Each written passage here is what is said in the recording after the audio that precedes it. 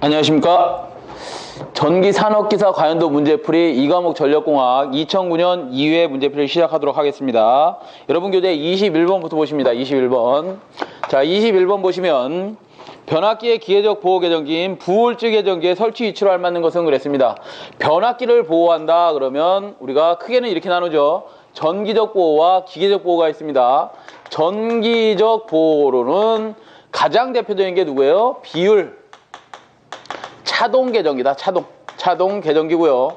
그 다음에 또 뭐가 들어갈까요? 우리 뭐 과전압이 걸려도 그렇고 부족전압이 걸려도 안 되고 OCR 같은 거 뭐 과전류가 들어와도 차단할 수 있는 변압기를 보호할 수 있는 것들이 필요하겠죠. 그래서 OVR이라든가 OCR이라든가 UVR이라든가 이런 것들이 다 뭐예요? 전기적 보호 장치죠.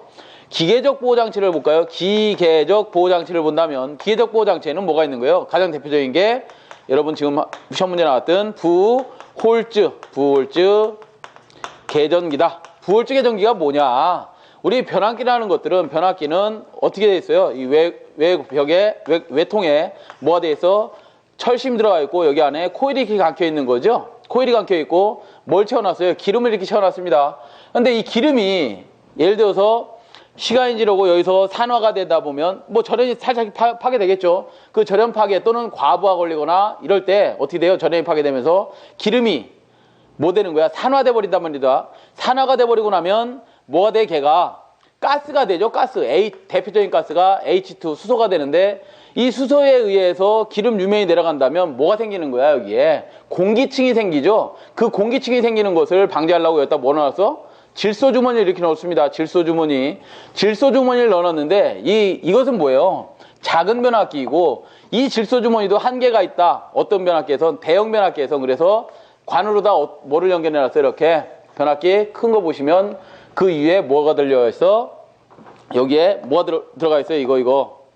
이게 들어가 있죠? 이게 들어가 있습니다. 자, 이게 들어가 있고 여기에 가운데 뭘 달아놓는다? 여기다가 부홀즈 계전기. 그러니까 부홀즈 계전기를 설치하는데 그 부홀즈 계전기의 설치 위치를 물어봤습니다. 주탱크와 뭐예요? 변압기 주탱크와 어딘 거? 요거 컨서베이터 사이에 뭐를 달아놓는다? 부홀즈 계전기를 설치합니다. 또 유면이 떨어지면 얘가 뭐 되는 거예요? 노출이 되기 때문에 기계적으로 유면계를 설치하고요.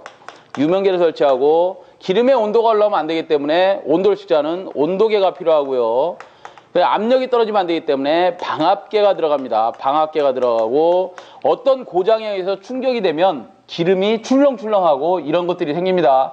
또는 상하로 승강하는 현상이 생깁니다. 그런 것들을 측정하기 위해서 충격, 압력 계전기가 들어갑니다. 이런 것들이 다 TR을 보호하는 보호 계전기들이다. 이렇게 보시면 되겠습니다. 그 중에서도 부홀즈 계전기는 주탱크와 어디에? 컨서베이터 사이에 관 중간에 설치하는 것이다. 그래서 부홀즈 계전기에 대해서 시험에 나왔네요. 답 몇 번? 4번에 있습니다. 4번. 자, 그 다음 22번. 22번은 일반적으로 전선 한 가닥의 단위 길이당의 작용전량을 CN으로 표시해야 되는데 여기서 D는 뭐냐요? D가 뭐예요? 등가 선간 거리죠. D는 등가 선간 거리가 되겠죠. 거리 R상과 S상과 T상 이런 것들의 거리 선간 거리가 됩니다. 자, 답은 몇 번? 나번에 있고요. 23번으로 갑니다. 23번. 6600V 수전하는 자가용 전기설비가 있다. 수전점에서 계산한 3상 단락 용량은 90MVA인데 PS가 90MVA죠. 이곳에 시전한 차단기에 최소 전격 차단 전류를 카로 계산하시오 그랬습니다. 카로 계산하시오 그랬죠. 우리가 예를 들어서 단락 용량을 계산해라 그러면 퍼센트 임선스가 안 주어졌다 그러면 어떻게 계산하지? PS는 어떻게 계산해요? 루트 3 상계수 곱하기 전격 전압 곱하기 전격 차단 전류로 계산해주면 되겠죠. 그죠? 그런데 여기서는 뭐예요? 전격 차단 전류를 계산하라 그러지. 전격 차단 전류는 루트 3 곱하기 전격 전압분의 뭐가 되는 거예요? PS 전격 차단 용량이 될 것이다. 자, 문제에서 보면 전압 주어졌고 90 곱하기 10의 3승인 뭐가 주어졌어요? 단락 용량이 주어졌죠. 그러면 계산만 하면 되겠다. 자, 이렇게 하면 루트 3 곱하기 66kg, 6600 볼트가 주어졌네. 그럼 볼트를 다 기본 단위로 한번 맞춰보자. 6600 볼트가 주어졌고요. PS는 얼마가 주어졌어요? 90 곱하기 10에 몇 승하면 되는 거예요? 10에 6승해야지만 걔가 뭐가 되는 거야? 볼트 암페가 되는 거죠.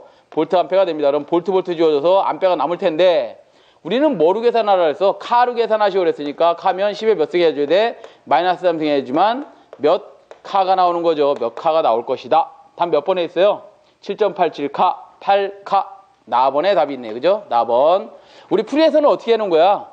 얘를 킬로볼트로 바꾼 거죠. 어떻게 해놨어요? 이렇게 6.6 킬로볼트다. 또는 얘를 KVA로 바꿔놓은 거지. KVA면 10에 몇 승 해주면 되는 거예요? MVA를 KVA로 바꾼다 그러면 10에 3승 해주면 되면 킬로볼트 지워주면 뭐만 남는 거예요? 암페어만 남는 거죠. 거기다가 다시 몇 승을 해줘야지만 10에 마이너스 3승 해줘야지만 KA가 되겠지. 그죠? 답은 나번이다. 자, 24번으로 가겠습니다. 24번은 임피던스 Z1, Z2 및 Z3를 그림과 같이 접속한 선로의 A쪽에서 전압파 E가 진행하였을 때 접속점 B에서 무반사로 되기 위한 조건은 그래서요. 아주 이 문제를 좋아합니다. 출제위원들이. 그죠? 자주 나오는 문제. 자, 무슨 소리냐? 우리 가공선로가 있고 지중선로가 있다면, 케이블이 있다면 얘를 중간에 뭐라 그러지? 변이점. 이렇게 설비가 되어 있고 가공선의 임피던스를 Z 또한 지중 케이블의 임피던스를 Z2라고 한다면 이상전압이 치면 뭐예요? 이상전압이 침투하겠지. 이렇게 침투가 됩니다. 걔를 입사파라고 한다면 이렇게 입사가 되면 일부는 케이블 쪽으로 투과를 할 것이고 일부는 반사를 할 것이다. 반사를 하는데 우리 문제에서는 뭐예요? 이 반사파를 없애고 싶어. 반사파를 없애려면 어떻게 해야 되는데요? 반사되지 않게 하려면 어떻게 해야 되는데 이 반사되지 않게 하려면 어떻게 하면 된다? Z1과 Z2가 임피던스 크기가 같으면 임피던스 크기, 저항의 크기가 같으면 뭐예요? 입사된 게 그대로 다 투가 되겠지? 아, 결국 Z1이나 Z2가 같으면 되는 것이구나. 우리 문제에서는 그림이 어떻게 주어졌어요? Z1 임피던스를 갖고 있는 선로에 변이점이 있다면 변이점에서 뭐 된 거야? 이렇게 병렬 연결된 거죠? 병렬 연결되는데 얘가 Z2, 얘가 Z3랍니다. 여기에 입사파 뭐가 들어왔다고? E1이라는 크기의 입사파가 이렇게 들어왔답니다. 자, 그러면 E1 맞나요? 2라고 돼 있나? 예, 2라는 입사파가 들어왔습니다. 그러면 얘가 반사되지 않고 어떻게 된다고? 둘 다 이쪽으로 투과해버리려면 그 크기가 어떻게 된다는 거야? Z1과 얘네들 합성한 값이 같으면 반사되지 않고 다 투과한다는 거죠. 그렇죠. 그러면 식을 이렇게 세우나 Z1은 이쪽에 거 무슨 연결돼 있어요? 병렬 연결돼 있으니까 Z2분의 1분의 Z3분의 1분의 1이죠. 이게 병렬 연결이지. 자, 병렬 연결이다. 자, 답이 있나요? 없어요. 답이 없으면 어떻게 된다? 얘네하고 얘하고 자리만 바꾸는 거죠. 어떻게 바꿨어? Z2분의 1 플러스 Z3분의 1은 어떻게 바꾼 거? 얘를 밑으로 내려보내면 Z1분의 1이 됐겠죠. 이거 찾으라 이거지. 이거 답 몇 번에 있어요? 다번에 있네요. 다번. 자, 25번으로 가겠습니다. 25번. 원자력 발전소, 화력 발전소를 비교했다. 옳지 않은 것은 그랬습니다. 자, 원자력 발전소는 연료가 뭐예요? 연료가 우라늄이죠. 우라늄을 사용하고 뭐 예를 들어서 우라늄도 천연 우라늄을 사용했느냐, 농축해서 사용했느냐, 뭐 이런 것들이에요. 왜 우라늄을 천연 우라늄을 사용하고 농축해서 사용하고 그러는 거야? 우라늄을 1g을 캐내면 우라늄이 핵 분열할 수 있는 우라늄은 얼마밖에 안 돼? 0.7%밖에 안 됩니다. 나머지는 다 뭐예요? 핵 분열을 못하는 그냥 쓸데없는 별로 필요치 않은 우라늄 원소로 되어 있습니다. 그게 우라늄 238이고 짝수로 되어 있습니다. 그 다음에 진짜 핵 분열을 하는 우라늄은 얼마? 우라늄 235인 뭐예요? 우라늄 235가 핵 분열을 하는 진짜 연료란 말이야. 얘가 연료인데 이것을 그냥 너무 양이 작다 보니까 농축해서 사용할 거냐 아니면 그냥 천연 우라늄 이대로 그냥 사용할 것이냐, 이 두 종류로 나눠지는 겁니다. 두 종류로 나눠지는데 이 천연 우라늄을 사용하는 것은 어디에? GCR, 그러니까 얘가 뭐예요? 가스로라든가 PHWR 갑 중수로, 그러니까 프레지드 헤비워터입니다. 갑, 압력을 가한 헤비워터, 뭐예요? 무거운 물 리액터, 이런 데선 천연 우라늄을 사용하고 있고, PWR 또는 비중수형 BWR 이런 데선 농축 우라늄을 사용하고 있습니다. 다음, 우리가 지금 연료로서 뭐예요? 원자력이 아닌 일반 화력발전소는 연료를 뭘 사용해요? 뭐 LNG를 사용하는 데도 있고 또 뭐가 있을까요? LNG 사용하는데 뭐 석유 또는 석탄 이런 것들을 사용하는 데가 어디예요? 화력발전이 되겠지. 일반 화력과 비교를 한번 해보랍니다. 가본부터 좀 볼게요.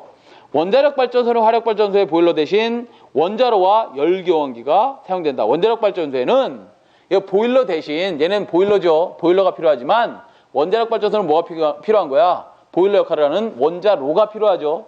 원자로가 필요하고 열을 교환할 수 있는 놈이 필요하다. 왜? 여기서는 보일러에서는 불을 떼고 나면 그 불에 의해서 물이 끄는 거죠. 물이 끓어서 습증기가 되고 더 끓이면 건조포화증기가 되고 더 끓이면 과일증기가 되고 그 과일증기를 사용하는 거지만 거기에는 유해 성분이 없단 말이야. 물이니까. 그렇지만 뭐예요 이거는? 우라늄도 같은 증기를 대표주는 건데 그 증기에는 뭐가 포함돼? 방사능이 포함되기 때문에 얘를 한번 걸러야 된단 말이지. 걸러야 되는데 그 걸릴 때 열교환기가 필요합니다. 열을 교환할 수 있는 열교환기가 필요해요. BWR에는 열교환기가 없습니다. BWR은 그 증기를 바로 사용해. 우리나라는 없겠죠. 이거는 일본에서 사용합니다. BWR은 일본에 있고 PWR이나 PHWR은 우리나라에 있는 겁니다. 얘들은 그 증기를 바로 사용하는 게 아니라 열교환기를 이용해서 하고 있습니다. 뭐를? 발전을 하고 있더라. 그래서 필요하다. 4번에 보시면 원자력 발전소의 건설비는 화력 발전소에 비해 낮다. 건설비는 누가 비싸다? 건설비는 원자력 발전이 높고 뭐예요? 화력 발전은 작습니다. 누구에 비해서? 원자력에 비해서 작더라. 연료비는 어떠냐? 연료비는 원자력 발전소가 화력 발전소에 비해서 대단히 적습니다. 대단히 적다. 화력 발전소의 연료비는 대단히 비싸다. 누구에 비해서? 원자력 발전에 비해서 연료비가 대단히 비쌉니다. 그래서 연료비 차원에서는 원자력 발전을 자꾸 해야 되는데 여러분들이 방사능 때문에 못하게 그냥 막 말리고 이것도 말리는데 화력 발전 들어와도 말리는데 당연히 원자력 발전 들어오면 그냥 들어눕는 거죠. 절대 못 들어오게, 그죠? 절대 못 들어오게 들어놓습니다. 그렇지만 어쩔 수 없어요. 우리나라는 가난한 나라이기 때문에 우리나라에 석유가 나와 석탄이 나와. 지금 석탄 안 나와요. 우리나라도 석탄도 없어요. 자, 그렇기 때문에 원자력 발전을 좀 많이 져야 될 수밖에 없는 상황이다. 어쩔 수 없이. 자, 26번으로 가겠습니다. 답 나번이고요. 26번. 발전기의 단락비가 적어질 경우에 일어나는 현상 중 옳은 것은 그랬는데요. 단락비가 뭐예요? 단락비 KS는 얘를 어떻게 표시하죠? 여러분들 정기 시간에 공부를 하셨을 겁니다. IF2-분의 IF1-라고 공부를 했어요. IF2-가 뭐예요? 삼상 단락시 전격 전류를 유기하는 데 필요한 계좌 전류분의 무부하시 전격 전압을 만드는 데 필요한 계좌 전류의 비를 단락비라고 하죠. 무슨 소리일까? 잘 모르겠다.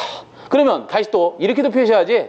IM분의 전격 전류에 대한 단락 전류의 비랍니다. 전격 전류의 비에 대한 단락 전류의 비다. 이걸 좀 풀어보자. 전격 전류에 대한 단락 전류는 뭐예요? %Z분의 100의 IN이죠. 맞아요? 이렇게 배웠잖아요, 여러분들. %Z분의 100이 아니다. PS는 %Z분의 100의 PN이다. 이렇게 배웠잖아. 그러면 IN 주어지면 뭐만 남는 거예요? KS는 %Z분의 100이 남는 거지. 이거를 우리 피우법으로 바꿔보면, 피우법으로 바꿀 때는 어떻게 해? 100으로 나눠주면 뭐만 남는 거예요? Z 임피던스에 대한 역수로 뭐가? KS와 반비례하고 있는 거지. 자, 그 문제다 이거야. 여기서 보시면 이렇게 나와 있죠. 어떻게 나와 있냐면 풀이가 그냥 나와 있네. 풀이가 그렇게 나와 있네. 자, 여기까지만 일단 보죠. 여기까지만 보고 가번부터 좀 보시면 먼저 발전기가 대형으로 된다. 그럼 무슨 소리냐면 단락비가 적어질 경우에는 무슨 기계가 되는 거야? 철기계가 아니라 동기계가 된다 이 말이야. 그러니까 임피던스가 큰 기계, 얘들은 동기계죠. 동기기입니다. 임피던스가 작은 기기, 지금 단락비가 작은 기기는 임피던스가 어떻다는 거야? 큰 기기인 동기기를 얘기하는 거죠. 동기기는 무게가 어떻겠어? 철보다는 가벼우니까 얘들은 무슨 기계가 된다고? 가벼운 기기, 발전기가 작아져야지. 아, 옳은 걸 찾으라 했으니까 가번은 답이 아니죠. 발전기가 대형으로 된다가 아니지. 발전기가 대형으로 되려면 어떻게 돼? 단락비가 커야 되겠지. 그렇지만 단락비가 지금 작은 기기입니다. 그렇기 때문에 단락비가 작으니까 가번은 답이 안 되겠고요. 다음 나번 보십니다. 나번 보시면 관성정수가 커진다.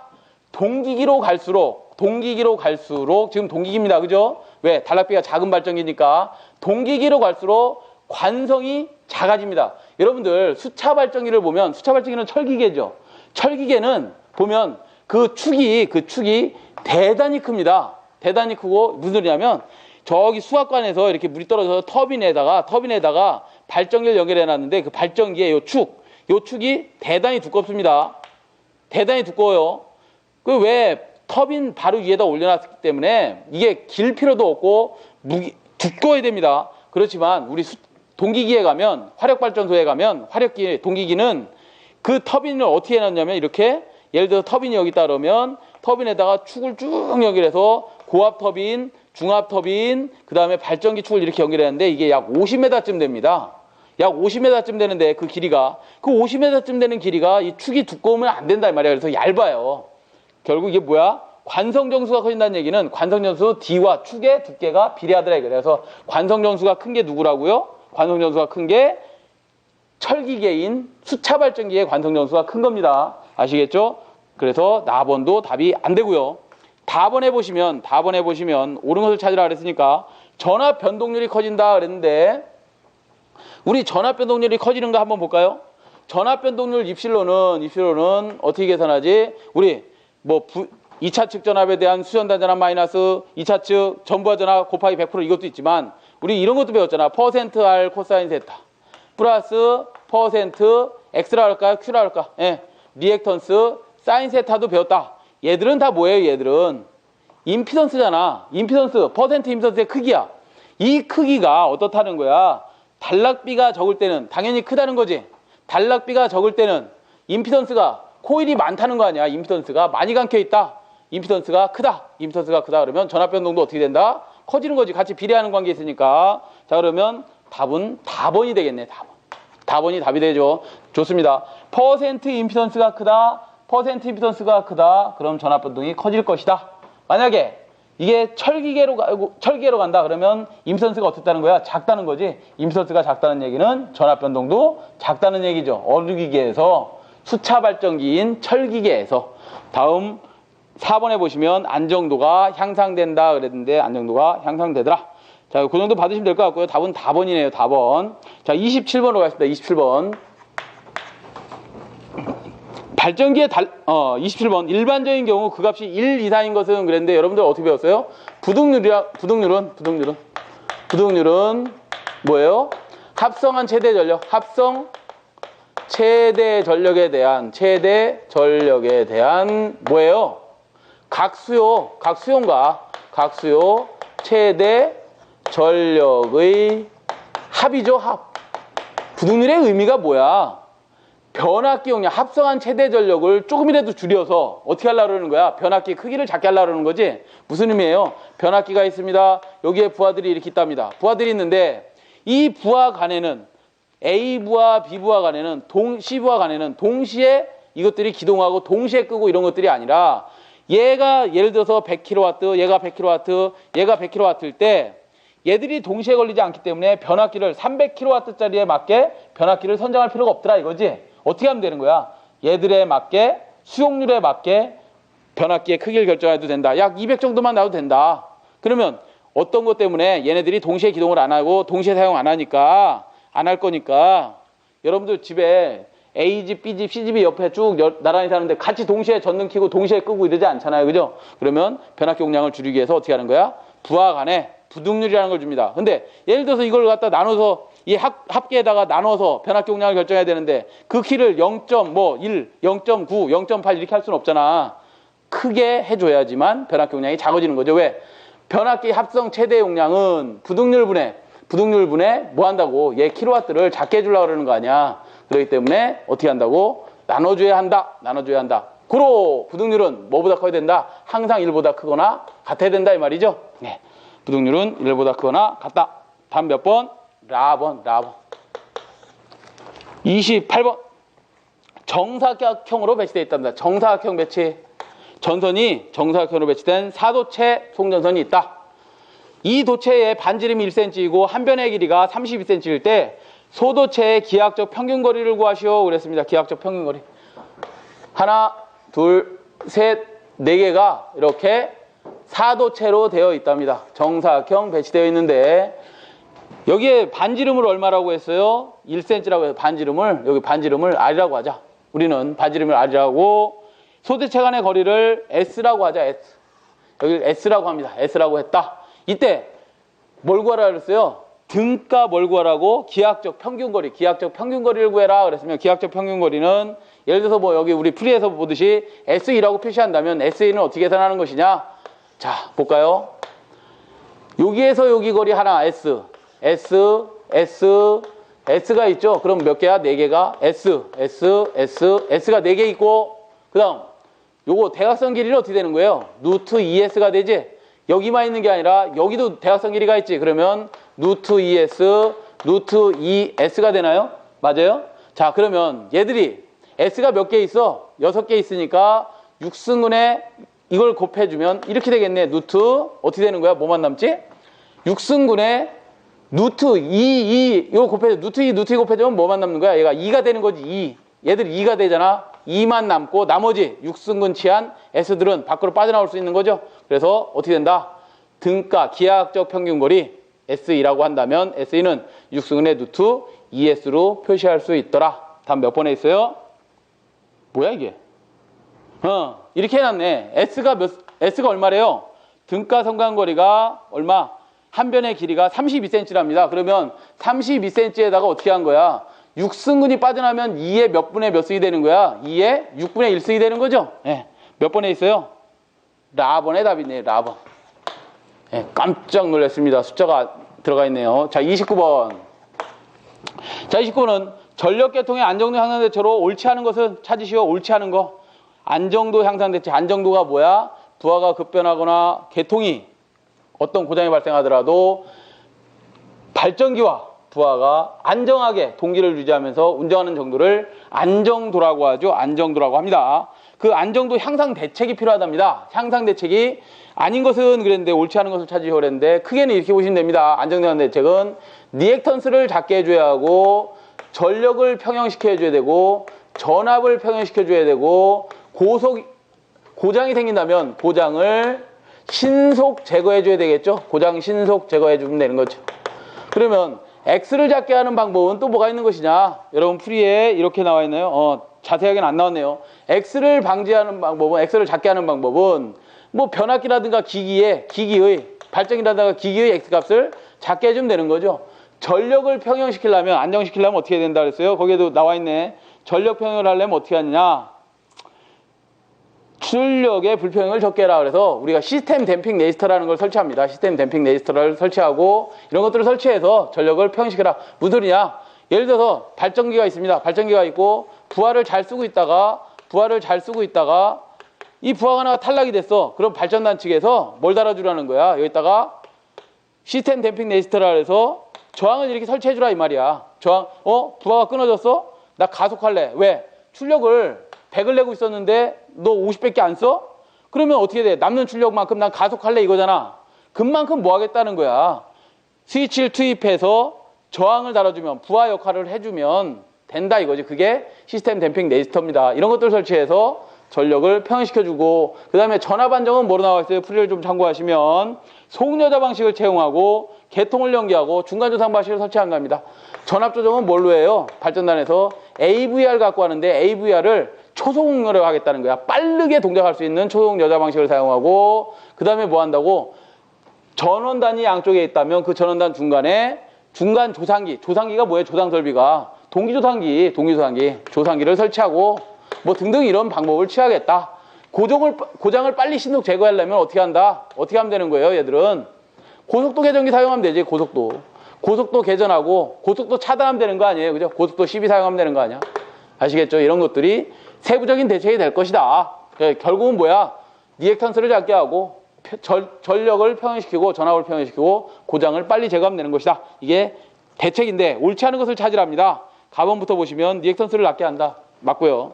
나번 고속도 제표로 사용한다.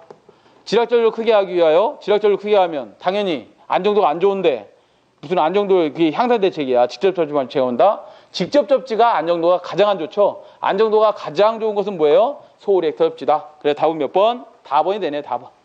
30번. 역률이 늦었답니다. 늦은 게 뭐예요? 늦었다.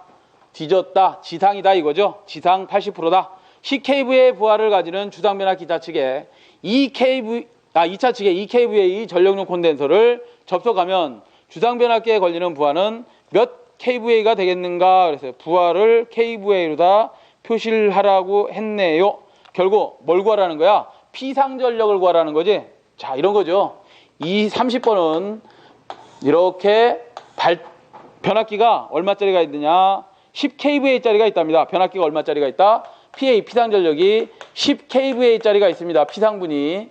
자, 이거에 코사인 세타가 얼마냐? 0.8이랍니다. 0.8이고 PA에다가 코사인 세타를 했더니 걔가 유효전력이 나오는데 그 유효전력은 PA 코사인 세타면 8 kVA가 킬로와트가 됐겠죠. 전력이니까 유효전력이니까 8kW가 됐다.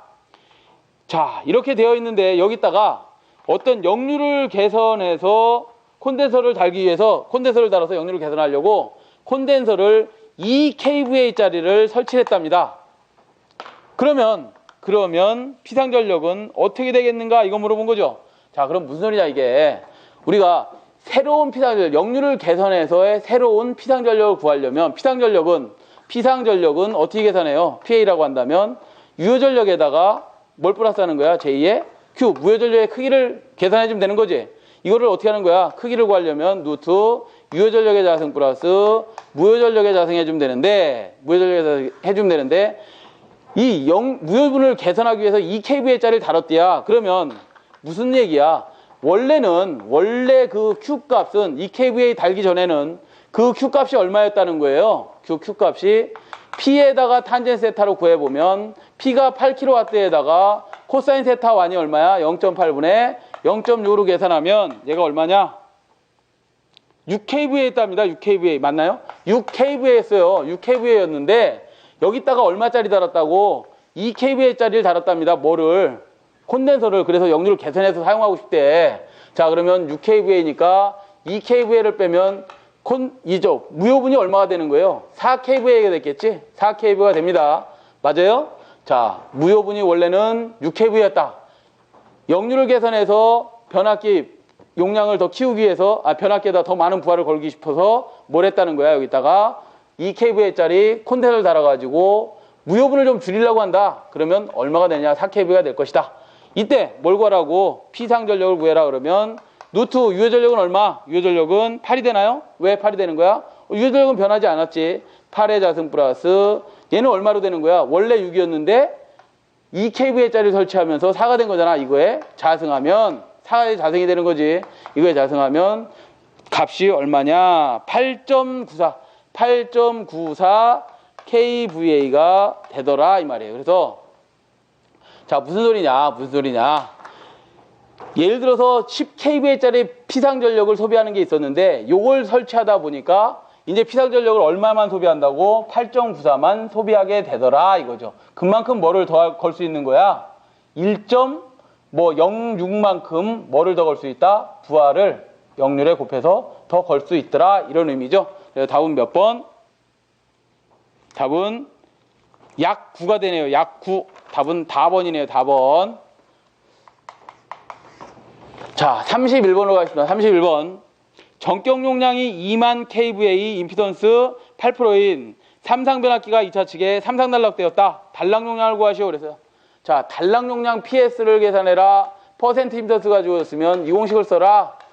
100에 PN으로 계산해라. 퍼센트 임피던스가 안 주어졌을 때 단락 용량을 계산해라. 그러면 상계수에다가 전격전압 곱하기 IS 전격 차단 전류를 계산하면 될 것인데 이게 아니라 지금은 어떤 거? PS는 퍼센트 Z분의 100에 PN으로 계산하시면 됩니다. 퍼센트 Z는 몇 프로? 8%이고 100 곱하기 PN이 얼마? PN이 얼마요? 2만 kVA가 주어졌는데 MVA로 구하라 했으니까 2만 kVA를 MVA로 바꾸라니 10의 몇 승? 10의 마이너스 3승 해주면 몇 MVA가 나올 것입니다. 이렇게 계산하시면 되겠죠. 계산기 잘 눌러보시면 250 MVA가 되더라. 250 MVA가 되더라. 32번.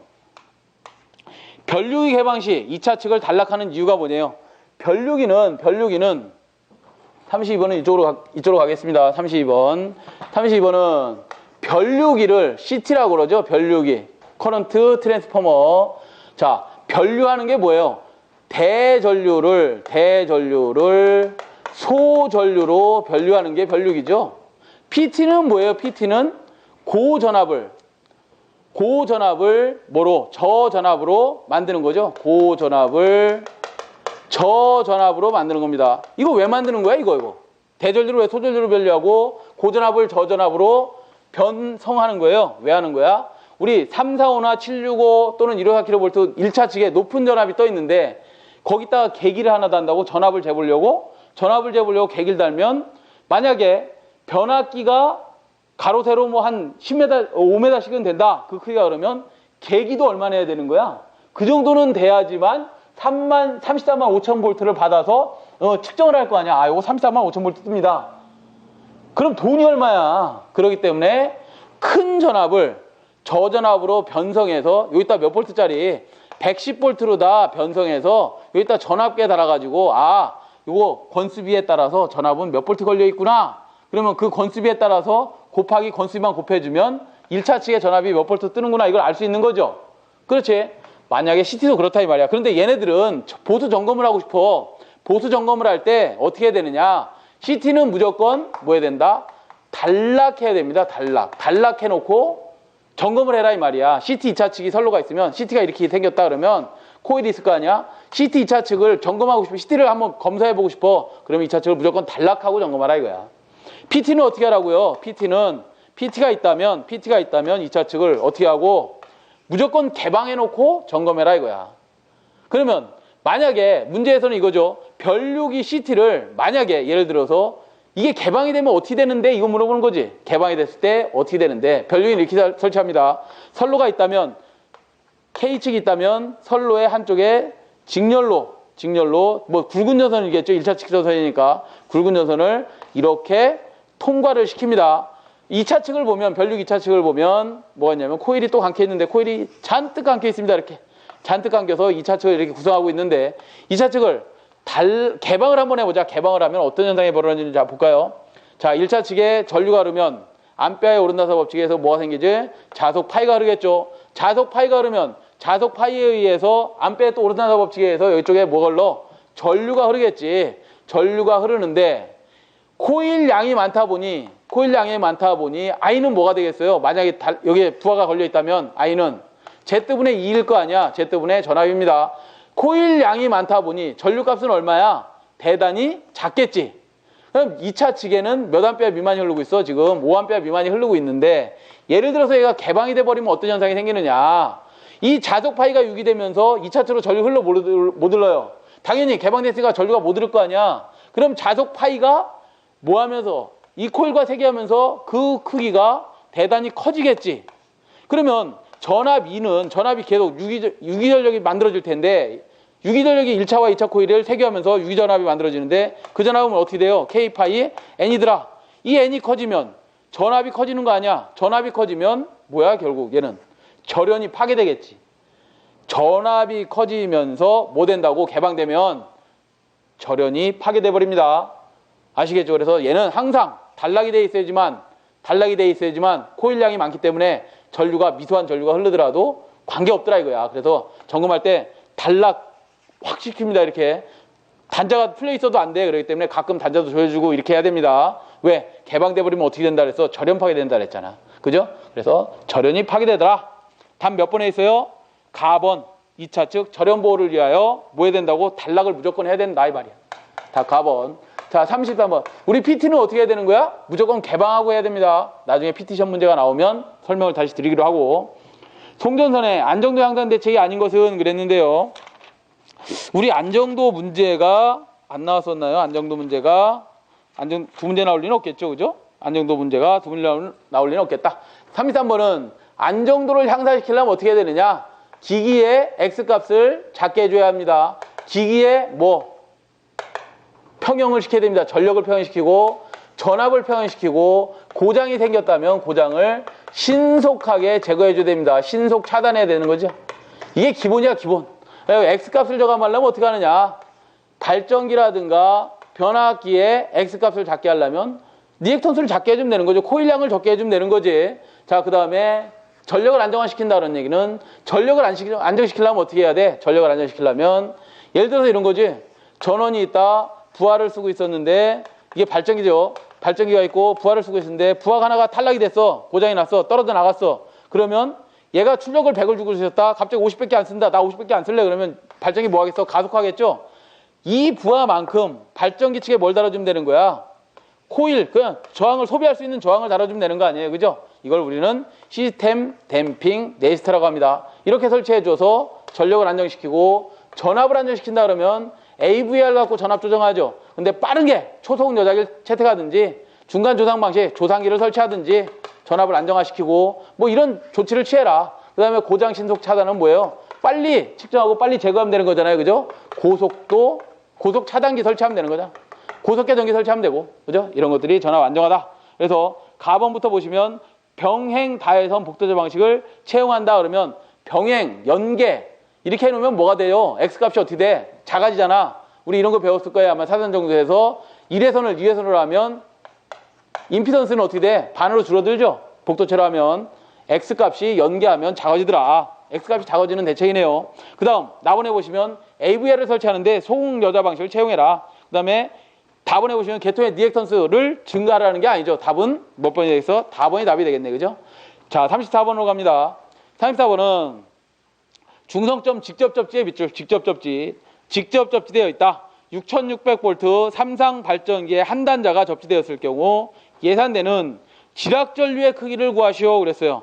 자, 지락전류의 크기를 구하시오 그랬는데 여러분들한테 좀 고난도의 문제를 요구하네요. 어떤 거냐면 이런 거죠. 직접 접지에서 34번은 직접 접지를 해놨답니다. 이렇게 직접 접지에서 한 선에 지락 고장이 발생했다는 거죠.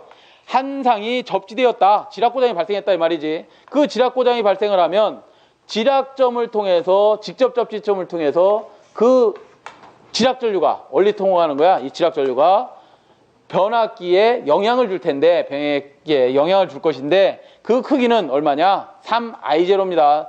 여러분들 한번 구해 보실 수 있는 기회가 있으면 한번 구해 봐 드리겠는데 너무 시간이 오래 걸려. 왜냐면 A상 지락 조건을 만들어 놓고 기지값과 미지값을 만들고 그 다음에 비대칭 고장이기 때문에 뭐예요? 전류에 대한 단자 조건, 그죠?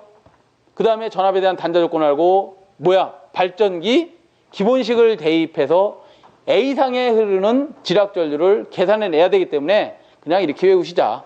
3I0의 크기가 나온다. 그러면 이걸 다시 써보면 어떻게 되냐? 3에다가 I0는 Z0 플러스 Z1 플러스 Z2분의 2A로 표시되더라. 뭐요?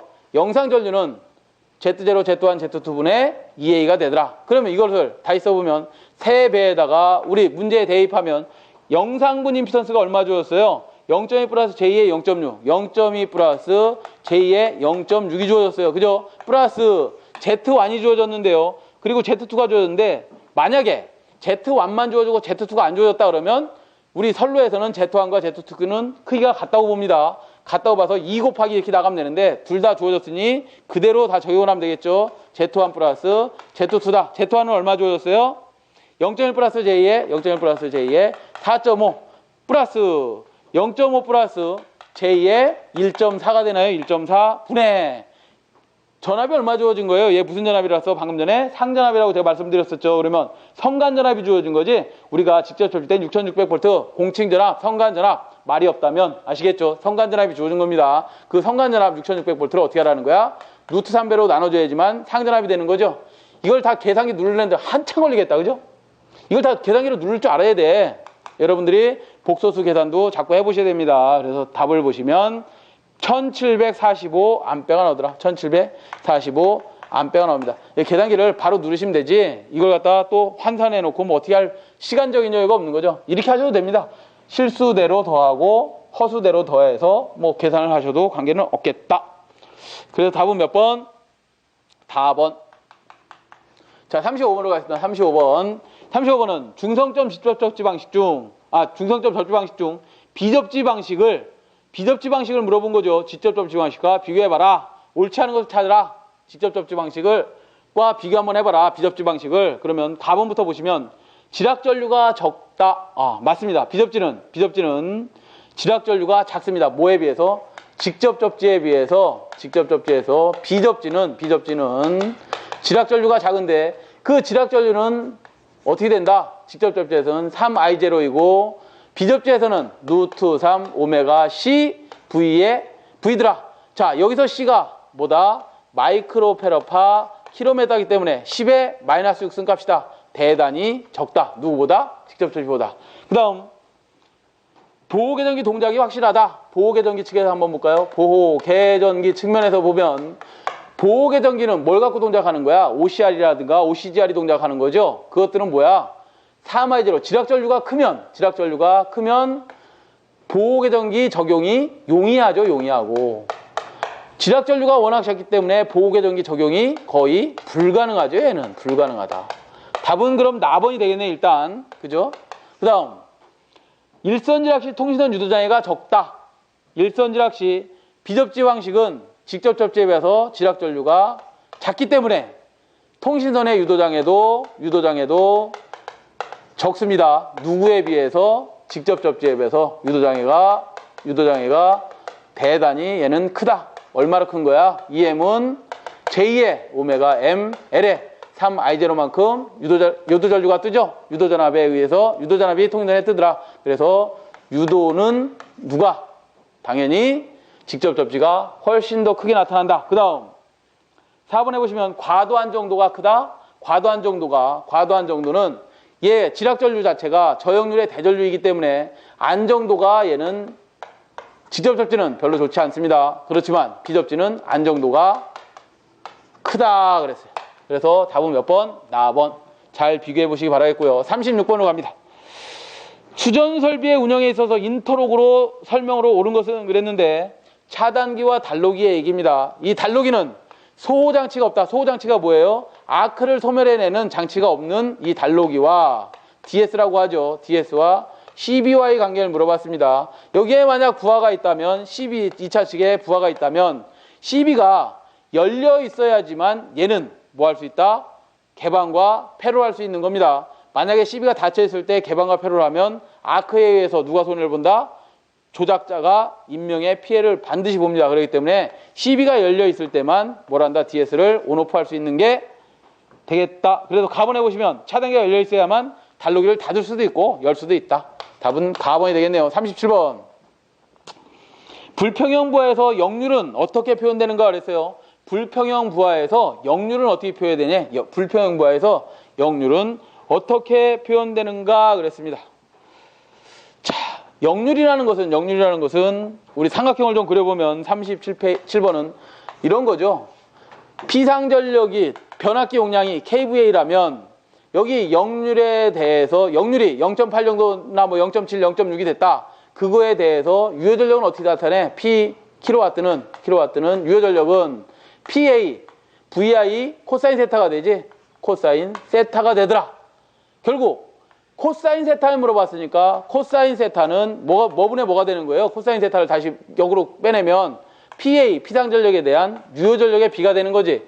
자, 그런데 PA, 피상전력이라는 놈은 유효전력과 무효전력, 뭐의 합성? 유효전력과 무효전력의 합성이죠. 유효전력 P와 j2의 허수분에 있는 j2의 Q 무효전력의 합이 피상전력이고 그에 대한 유효전력의 B다. 그게 코사인 세타다. 그러면 이걸 또 어떻게 나타내는데 이걸 뭐라고 한다고? 이건 유효전력과 무효전력의 피상전력의 벡터 합성이 되는 거지. 벡터 합성에 대한 유효전력의 B를 우리는 뭐라고 한다고? 역률이라고 표시한다. 그래서 답은 몇 번에 있어요? 나번에 있네. 나번. 자, 그 다음에 38번은 화력발전소에서 제열기의 목적이 뭐냐? 제열을 가한댄답니다. 제열기가 뭐예요? 제열기 보일러에서 많이 배우셨을 거예요. 제열기란 이런 거죠. 기본 사이클을 그리면 보일러가 있고 여기에 보일러에서 나온 건조 포화증기를 과열기에 보내서 뭐하지? 과열증기를 만들죠. 과열증기를 만들고 그 과열증기를 고압터빈에 보냅니다. 고압터빈에 보내놓고 여기서 일을 한 증기 전부를 빼내서 보일러에 다시 보내갖고 열을 가합니다. 그래가지고 다음 터빈, 중압 터빈이든 저압 터빈으로 보냈어요. 이렇게 축이 연결되어 있습니다. 축이 50m 정도 되는 축이 연결되어 있고 얘는 저압 터빈이랍니다. 저압 터빈에서 일을 하고 온 놈이 또 그 증기가 어디 들어가는 거야? 다시 복수기로 빠져나가는 거죠. 이렇게 복수기로 빠져나간다. 그랬을 때 복수기에서 일한 놈이 다시 뭐 급수 펌프를 통해서 보일러로 보내졌을 텐데 얘가 뭐냐요? 얘 제열기. 얘 제열기가 목적이 뭐냐요? 증기를 어떻게 하는 거야? 한번 일을 마치고 나온 증기를 과열, 뜨거운 증기를 고온의 증기를 어떻게 한다고? 다시 가열해 주는 거죠. 증기 가열. 그래서 어디에 있어요? 답은 다번에 있네요. 다번. 자, 그 다음 39번. 39번은 다음 중 지락전류의 크기가 최소인 중전점 접지 방식은 그랬는데 어이구 여기 지우다 말았는데 지락전류가 가장 적은 것은 어떤 거냐면 아까 우리 직접 접지 방식이 있었죠. 요걸 좀 참고하겠습니다. 39번은 요거 참고하시면 직접 접지는 지락전류다. 지락전류다 그러면 지락전류가 직접 접지일 때 가장 큽니다. 얼마로? 지락전류 IG는 3I0고요. 지락전류가 가장 적은 것을 물어봤죠. 지락전류가 가장 적은 것은 어떤 거냐면 비접지보다도 더 적은 게 있습니다. 비접지는 제2의 루트 3 오메가 CV였는데 이 지락전류가 더 작은 것이 소호 리액터입니다. 소호 리액터 계통에서는 지락전류가 거의 나타나지 않을 정도입니다. 지락전류 크기가 얼마라고? 거의 나타나지 않는다. 그래서 몇 번에 있어요? 나번에 보니까 소호 리액터 접지는 뭘 때문에 지락전류가 거의 못 올라가는 거야? 오메가 L 값과 뭐를? C와를 뭐 시켜놨어요? 병렬공지 시켜놨죠? 병렬공지 시켜놨기 때문에 간단한 뭐 지락전류, 일선 지락전류가 생겼더라도 그냥 송전 자체가 가능합니다. 소호 리액터 접지 방식은 워낙 작기 때문에 아시겠죠? 그래서 소호 리액터 접지 방식이다. 40번으로 가겠습니다. 40번. 자, 40번은 코로나 방지 대책으로 적당하지 않은 것은 그랬는데 코로나는 왜 일어나는 거예요? 인계 전압이, 코로나 발생 전압이 낮으면 코로나가 발생하는 거죠. 그래서 코로나를 방지하는 방지 대책을 보자. 가번, 복도체를 사용한다. 복도체를 사용하면 코로나 개시 전압은 24.3 M0 M1 전선의 표면 계수, 날씨 계수의 델 D 로그 11m라는 R분의 D에서 전선이 굵어지면 코로나가 시작되는 전압이 높아지니까 코로나가 안 일어날 것이다. 그래서 복도체를 사용해라. 가성근구를 개량해라. 가성근구. 뾰족해진다. 우리가 전기를 사용하다 보면 가끔 구멍도 뚫리고 뭐 어떤 부식이 일어나면 돌출 부분이 생기죠. 이런 돌출 부분을 다 뭐하라는 거야? 가성근구. 이런 근구들을 다 개량해라. 새 거로 바꿔주고 둥글둥글하게 만들어라.